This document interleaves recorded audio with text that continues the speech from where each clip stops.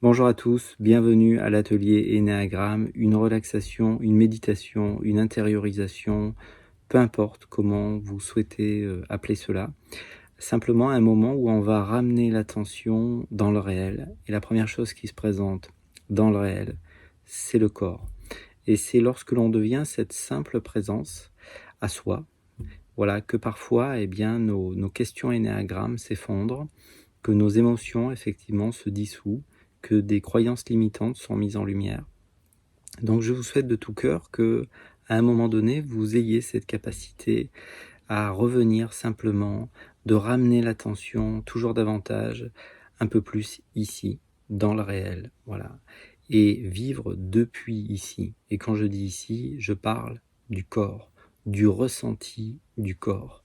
Oui, ça ne fait pas de sens pour le mental. Oui, le mental est trop occupé justement à projeter, à partir vers ailleurs. Néanmoins, effectivement, lorsque l'on devient cette présence, et avant de devenir présence, on devient plus présent, voilà, que, et bien naturellement, notre histoire énéagramme évolue, que nos problématiques évoluent. Alors l'énéagramme nous servira, on verra que l'on est sur le chemin évolutif, on verra que l'on évolue de moins en moins, mais il y a peut-être tout simplement une paix, une tranquillité, une joie à être tout simplement maintenant, quel que soit notre profil.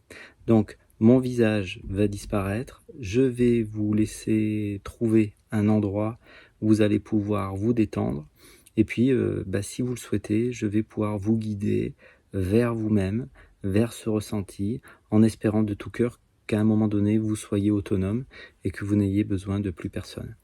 Donc je n'ai jamais, en ce qui me concerne, médité les yeux fermés. J'ai toujours médité avec les yeux ouverts. Voilà. Après, certains d'entre nous, eh bien, on n'est plus à l'aise quand on a les yeux fermés. Donc faites tout simplement ce qui est bon pour vous à partir de maintenant. Voilà. Donc à partir de maintenant, je cherche une porte d'entrée vers le corps, vers le ressenti, vers le fait d'être tout simplement ici plus présent. Je me connecte simplement à la première sensation qui apparaît au niveau du corps. Si c'est dans la jambe, si c'est dans la cuisse, si c'est dans la main, si c'est au niveau du souffle. Je cherche simplement à ressentir un peu le corps pour commencer. Et je peux fermer les yeux, bien sûr. Et je peux me poser simplement cette question, tout en plongeant simplement dans le ressenti de cet endroit que je ressens. Qu'est-ce qui me fait croire, dans mon vécu direct, que ma main n'est pas déjà en paix? Si c'est plutôt un pied que je ressens, qu'est-ce qui me fait croire que ce pied n'est pas en sécurité? Qu'est-ce qui me fait croire que cette jambe n'est pas en paix? Qu'est-ce qui me fait croire qu'il y a un problème maintenant? Et je ramène l'attention dans le ressenti, dans ces petits picotements qui se présentent, qui parcourent le corps, comme si je suivais la vie à l'intérieur de moi, comme si je suivais simplement les sensations du corps. Bien sûr, je plonge dans le ressenti, mais en même temps, si je suis en mesure de me connecter à ce ressenti et à le percevoir, c'est que je suis en dehors de ce ressenti. Si on pose la question autrement, et je redescends dans le ressenti du corps. Je reste en contact avec les bras, avec les jambes, avec la nuque, avec les petits muscles autour des yeux. Ce calme qui se propage dans le corps, cette sécurité qui en réalité a toujours été là. Si je perçois ce corps qui se relâche, qui s'apaise, qui se détend, si je perçois ce bien-être qui circule à l'intérieur du corps et que je peux appeler calme,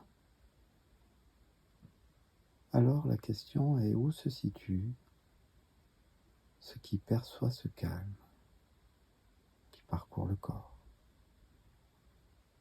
Où se situe ce calme qui enveloppe la respiration?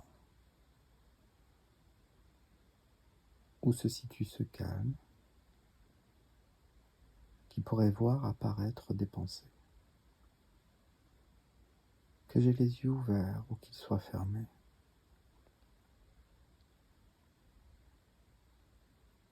Où se situe ce qui perçoit?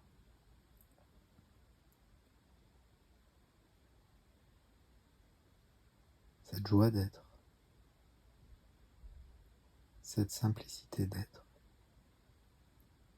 Un peu comme on observe un calme, la vie qui court, les vibrations, les ressentis.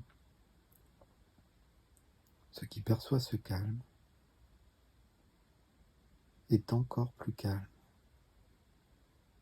C'est comme si c'était le calme lui-même qui pense ou qui ne pense plus. Ce calme qui ressent le corps ou qui peut l'oublier aussi, ne serait-ce qu'un instant.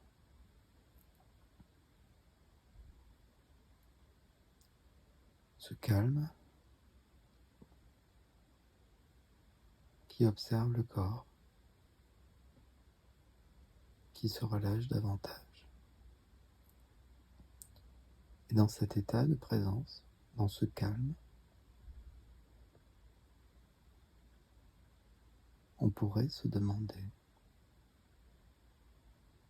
tout en plongeant dans ce calme, dans cet espace calme,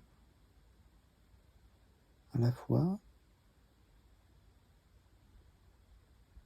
nous plongeons dans le ressenti, dans les petits picotements, dans un endroit du corps en particulier, comme si j'essayais de chercher les limites de ce calme, tout en restant vraiment en contact avec ce ressenti-là précis. Quelle est la limite de cette sensation que je ressens dans le corps? Y a-t-il une limite à ce calme?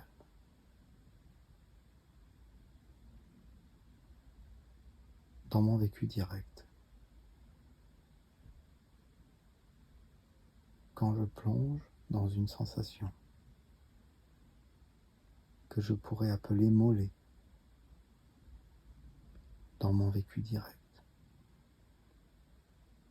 quelle est la limite de cette paix que je ressens dans le mollet?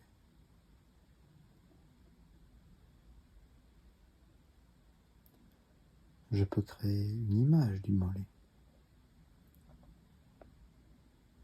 et me dire le calme est dans le mollet. Mais dans mon vécu direct, où est la limite de ce calme à l'intérieur de moi? Et s'il n'y avait pas de limite à l'intérieur, à cette paix, à cette tranquillité?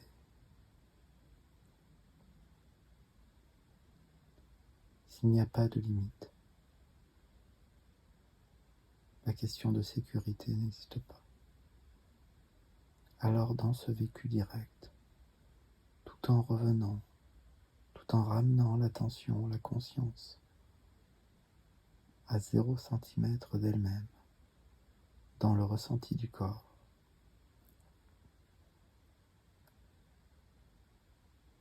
là, dans le réel. Où est la peur et le doute du profil 6 ?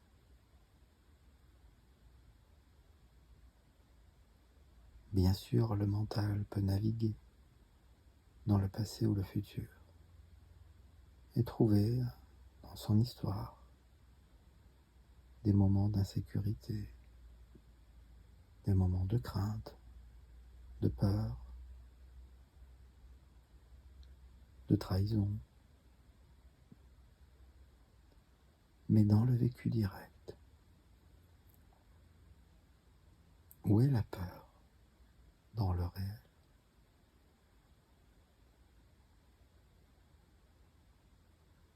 Où est l'insécurité dans le réel ? Dans le corps maintenant.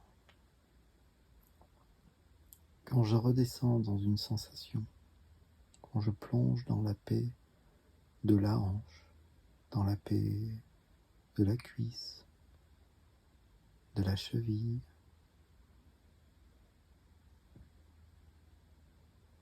quand je plonge dans la paix du coude, de l'avant-bras, quand j'observe l'avant-bras, quand je vis à l'intérieur et que je l'observe en même temps.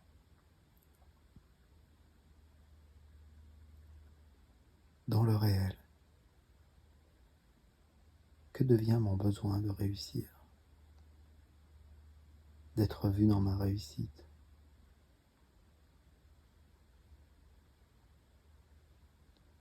Ce besoin qu'a le 3, le profil 3,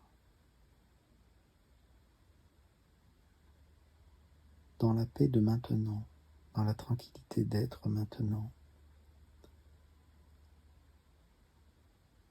Lorsque l'on s'autorise à être, où est mon besoin de réussir ?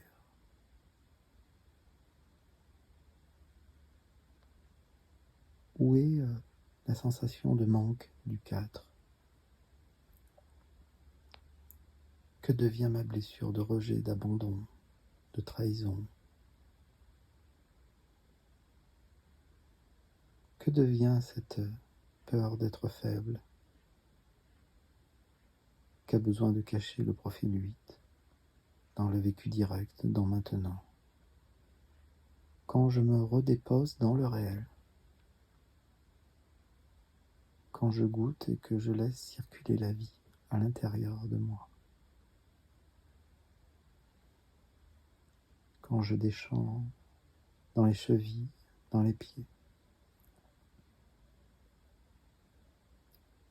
quand je dépose tout le corps et que je l'observe.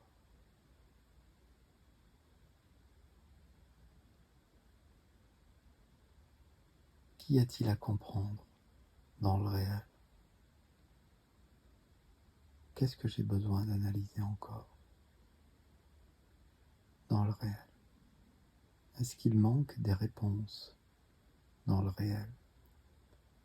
Que devient le profil 5 et toutes ces questions qu'il se pose dans le réel, dans maintenant ? Où est mon profil énéagramme ? Où est ma perfection ? Où est mon besoin de perfection ? Propre au profil 1.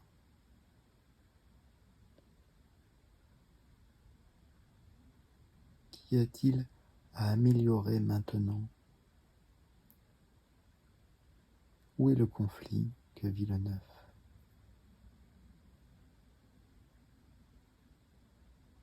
Que devient ma colère, mon injustice ?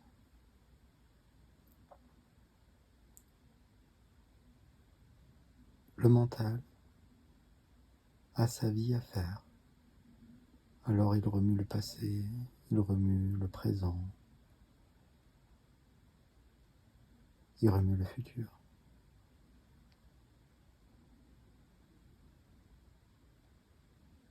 Il a besoin d'aider les autres, comme le profil 2.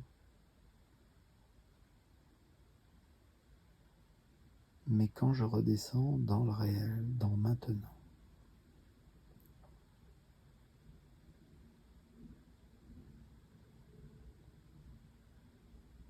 alors où est le problème?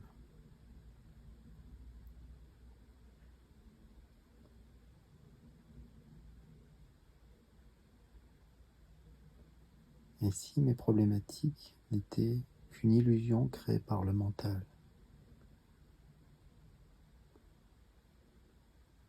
Il peut arriver que durant ce moment, une émotion soit vécue.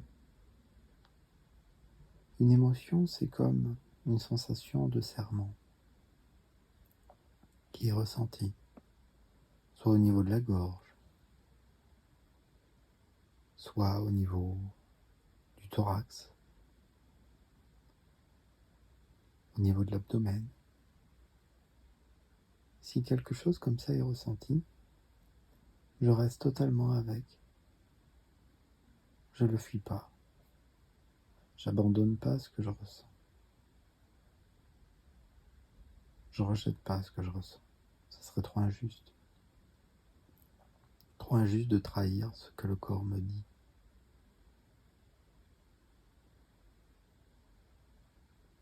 Ça serait une manière d'humilier le corps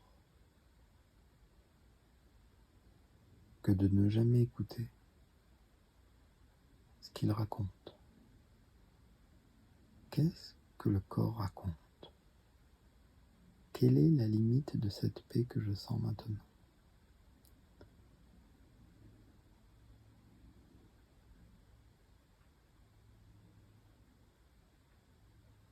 Et je reviens dans le ressenti.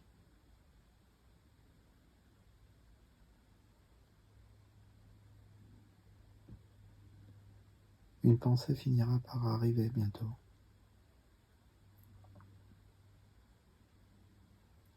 Quand elle va arriver, je vais la laisser passer.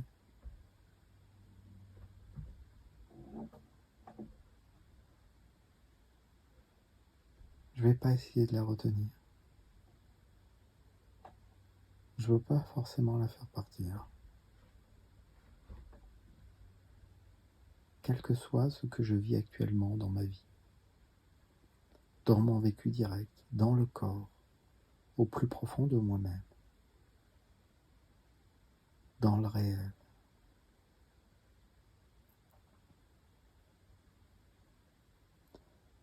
C'est quoi le problème?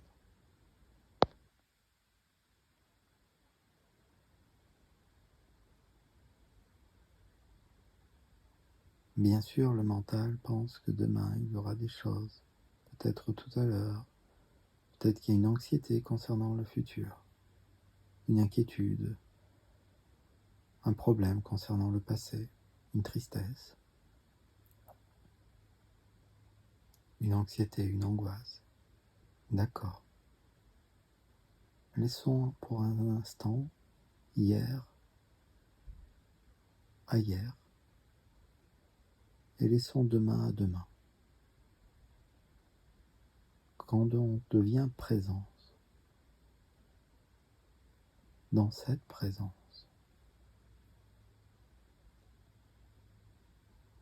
y a-t-il un problème? Est-ce que cette présence que je suis, maintenant le corps, cette présence au corps, est-ce que cette présence a un profil énéagramme? Si je dépose mon histoire un instant,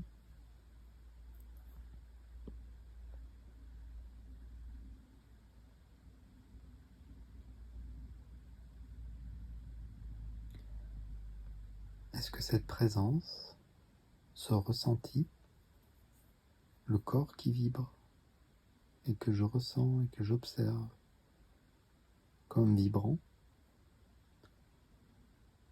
est-ce que cette conscience, cette présence a une histoire énéagramme à guérir? Ou au contraire, Est-ce que cette présence est déjà libre? Est-ce qu'elle est déjà la paix, la joie, la complétude, la confiance, la spontanéité, la sérénité? La sérénité comme étant la vertu du profil 1. L'équanimité, est-ce que cette présence est d'humeur égale? Est-ce qu'elle est finalement sans humeur? Qualité du profil 4.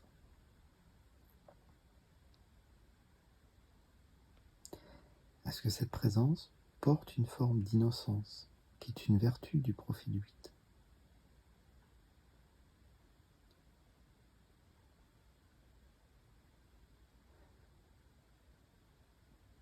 Être cette présence à soi demande du courage.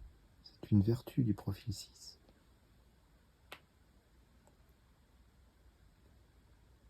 Et si cette présence détenait des savoirs, des connaissances, une intuition? Est-ce que cette présence saurait déjà comment agir, sans doute?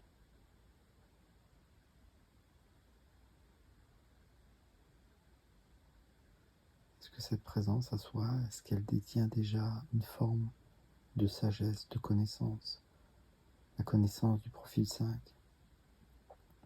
Est-ce qu'il y a une harmonie?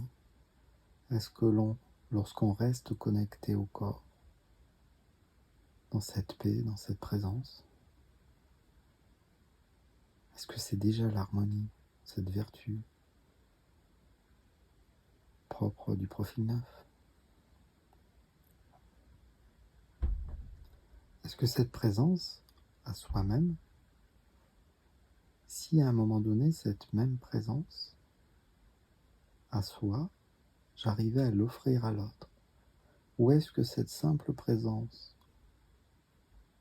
à soi pourrait déjà aider l'autre à se reconnecter à lui-même? Et on est déjà dans l'aide désintéressée, vertu du profil 2. Est-ce que cette présence saurait comment agir spontanément dans la joie? L'univers du 7.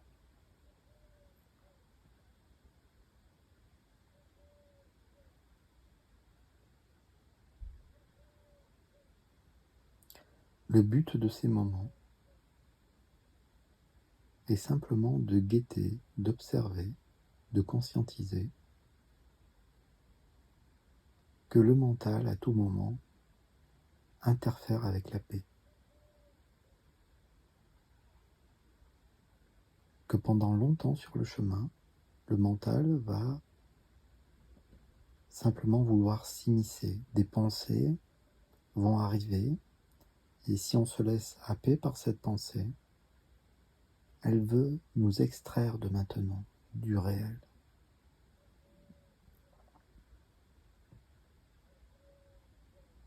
On ne lutte pas contre une pensée, parce que les pensées émergent toutes seules. Il n'est peut-être même pas nécessaire de vouloir changer les pensées, parce que si vous regardez bien, elles émergent toutes seules. On s'identifie à elles, mais les pensées émergent toutes seules. Je redescends dans le ressenti, je redépose, je me redépose totalement dans cette présence. Quelles sont les limites de cette présence?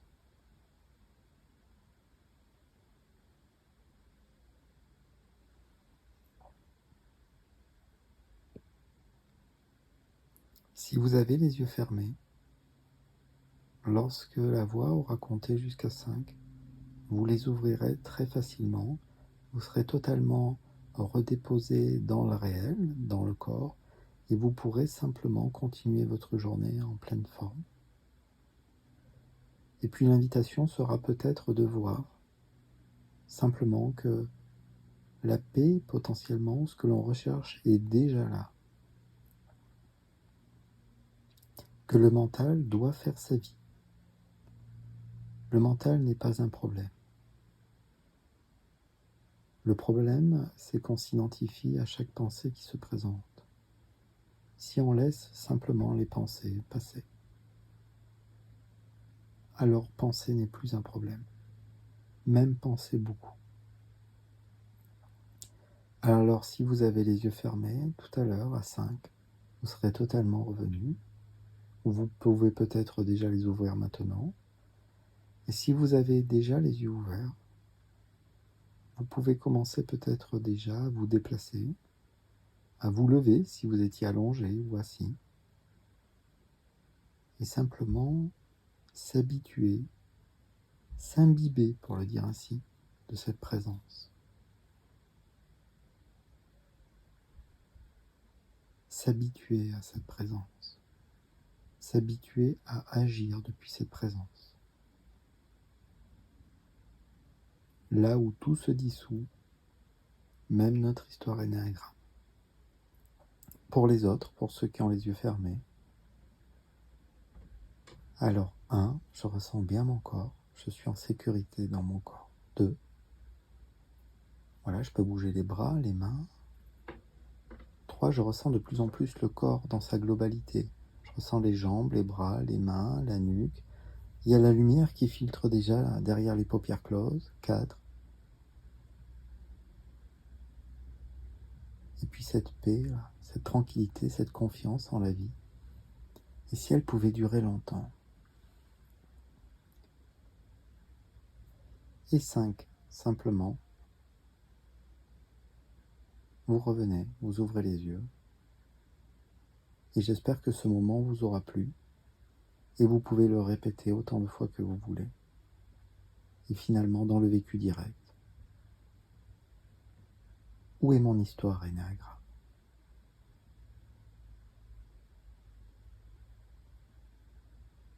C'est quoi le problème dans le vécu direct ?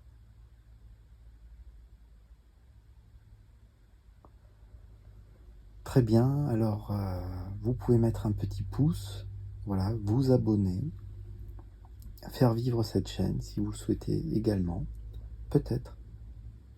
À bientôt. Au revoir.